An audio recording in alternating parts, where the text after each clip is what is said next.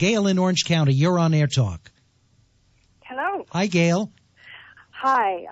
I'm calling because I have a husband who tends to be very negative. He is constantly seeing the bad side of family and friends and situations, drivers, everything.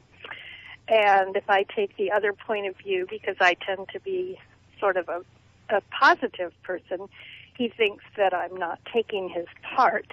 So I want to know how I can deal with this without hurting his feelings, but still be true to my own feelings and continue to get along with him. You could always screen A Christmas Carol for him, but aside from that. This is a really good question because when you're around a negative person, they can really sap you. And some people just automatically see the negative in everything. And so it's important that you don't feed that in him. And you can say to him in a very loving but firm way, honey, you're talking about the negative. Let's try and see the positive in things so we could balance it out. But don't blame him. See, the thing is, if you get blaming or irritated or critical, it will make him feel badly. So if you just say it very matter of fact, but you begin to shift the tone, and you don't get irritated and don't make it into a big to-do about his negativity, but you be the smart one and shift that energy to more positive energy, and you don't go for it. It's the same with the previous question where the mother goes for the button. You don't go for that button. You're able to sidestep it a bit and do a Zen dance or a Tai Chi with it rather than head on.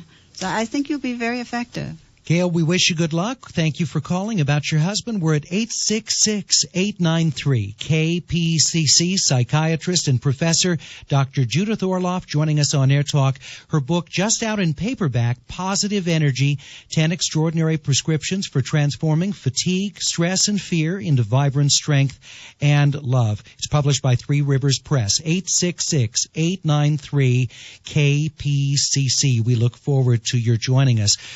Often it seems that it's around meal times that this stuff comes up. And I wonder what your thoughts from a psychological perspective are on that. Is there something about, this gathering everybody together around a table that just the very act of eating or food preparation has deeply embedded historical, family history stuff in it? We're programmed from our childhood experiences of having dinner with our families.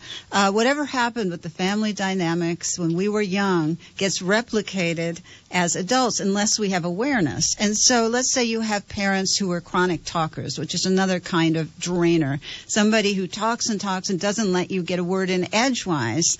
And so then as an adult, you might become a chronic talker to compensate for not being heard as a child.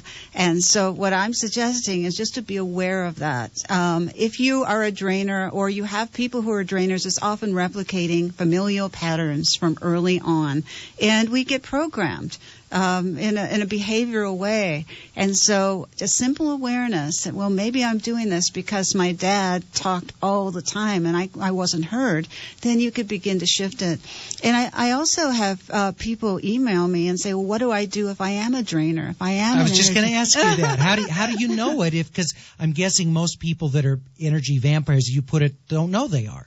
No, they don't. Most are totally unconscious. And so if you're an energy vampire, as a psychiatrist, I think this is a great question, is when people can get honest with themselves and look at their own issues. I am all for it. And if you're not an energy vampire, you're something else. So we all have got something.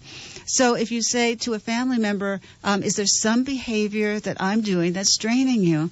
And believe me, this is a question they want to hear because they don't know how to ask this of you. And they might look at you and say, well, as a matter of fact, you have been complaining an awful lot lately. And you take in that suggestion non-defensively and say, okay, let me look at why I'm complaining so much and stop the behavior. And so that's a wonderful way to be able to show respect to family members and shift draining behaviors of your own. All right, so ask for the feedback from those that know you best. Robert in Granada Hills, you're on Air Talk with Dr. Orloff. Hi, Dr. Orloff. Hello, Robert. I was raised in a very codependent family unit. My mother married two alcoholics. Myself and my two brothers all had substance abuse issues. And to this day, it's very difficult to even have a phone conversation with my mother. I feel like she's laying in wait for me with whatever whatever agenda she's decided for me that week that I need correcting on. And I'll get off the phone and feel completely drained. Is codependency tied into this in any way? Oh, well, yes, codependency is, but I think, the challenge for you, and it would be a great challenge, is to not get hooked in by her number that she pulls on you. But when you are brought up in an alcoholic family, that's a different situation because you're brought up with a lot of negativity. And I find that people who do abuse drugs and are alcoholics are some of the most sensitive people in the world. So as children, they're open to the anxiety of their mothers, and they often take that on as adults. And so it's important when your mother is blaming and criticizing you, well, first of all, to take a breath and prepare yourself before any conversation, and then begin to set beginning limits and boundaries with her to say, Mom, we need to treat each other with respect. You need to speak up a little bit, but don't do it severely and don't do it with the confrontation. Do it just a little bit by speaking up and saying, we have to treat each other with respect, and this would be really nice. I'd feel better. It hurts my feelings if you blame and criticize me. And you try it and make small inroads. Don't expect to change your mother overnight, but make very small inroads with her. It's important that you speak up and you get empowered with this person, your mother. It's just, as Robert was talking about, getting off the phone, being exhausted. It's amazing the physical response, isn't it, that a telephone call can even have on the body. Oh, it can just zap your energy where you feel like you're sucked dry. And when I treat patients, I've seen huge effects on health, emotions, spirituality with energy vampires where people walk around chronically fatigued. And I've even had one experience where a woman had a heart attack because of an abusive husband who wore at her year after year, and she didn't assert herself. And so it's important for your own health and well-being to stand up for yourself and to deal with the issue of people who drain you, and do it lovingly and with firmness, but do it so that you can empower yourself. All right. I'm so sorry we don't have time to take more calls with Dr. Orloff, but her book has some outstanding advice to help you deal with these difficult times. Positive Energy, now out in paperback. 10 extraordinary prescriptions for transforming fatigue, stress, and fear into vibrant strength and love.